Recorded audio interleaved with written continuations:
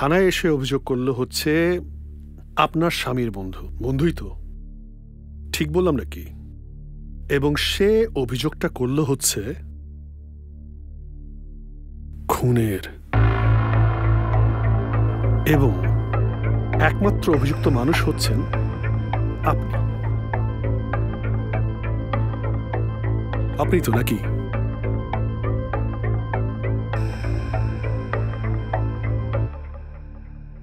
আমি তো খুন করি নাই, খালি শোধ নিছি।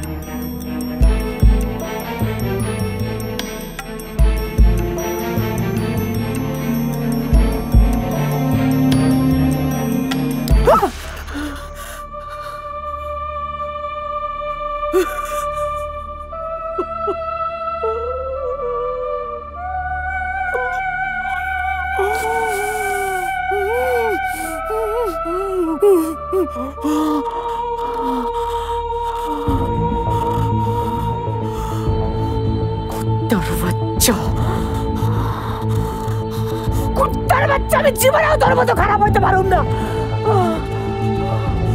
জীবনেও তোর মতো খারাপ হইতে পারুম না, কুত্তার বাচ্চা।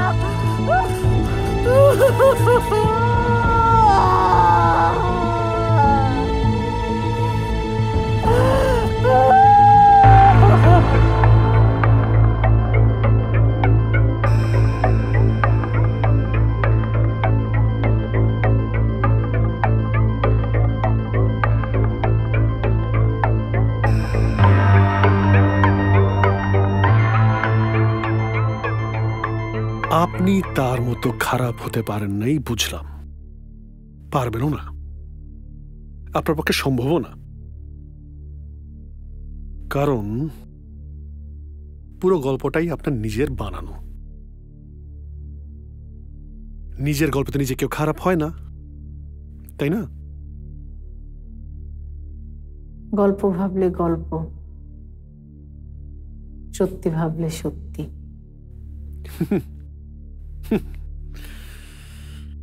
আচ্ছা, ঠিক আছে ম্যাডাম, আপনি একটা কাজ করেন। হ্যাঁ, মানে শুরু থেকে আবার শুরু করেন, মানে পুরো গল্পটা শুরু থেকে সত্যি করে বলুন। নাকি ভুল বললাম?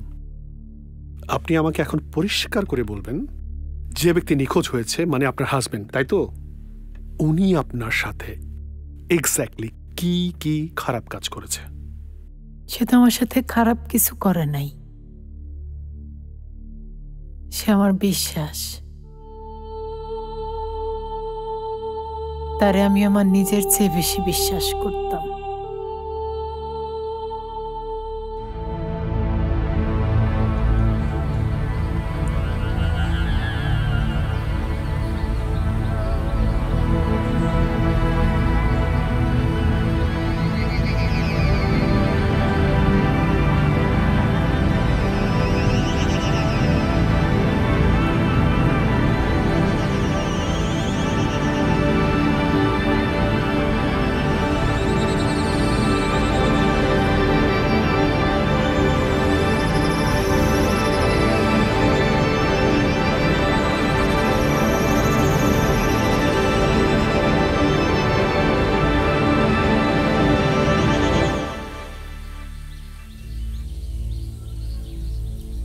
সালাম আলাইকুম ভাই। আসি ভাই, আমি তো আছি বউয়ের আন্ডারে, বুঝেন না? নিজে কিছু করি না, নিজের কিছু নাই। সম্পদ তো সব শ্বশুর দিছে, এগুলি কি আমার? এইসব হইল বউয়ের। না না না না, এগুলো কেনা বেচা করতে হলে আপনাদের তাদের সাথে বসার আগে আমার বউয়ের সাথে যোগাযোগ করেন। আমার বউই দাম দর ঠিক করবে, আমি তো এগুলি করতে পারি না।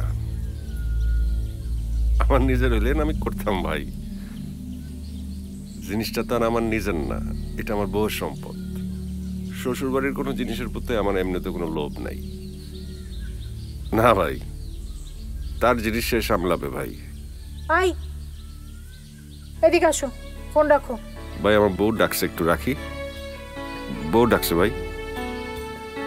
আরে ভাই বউ ডাকছে, রাখি। রাখতে চায় না ফোন।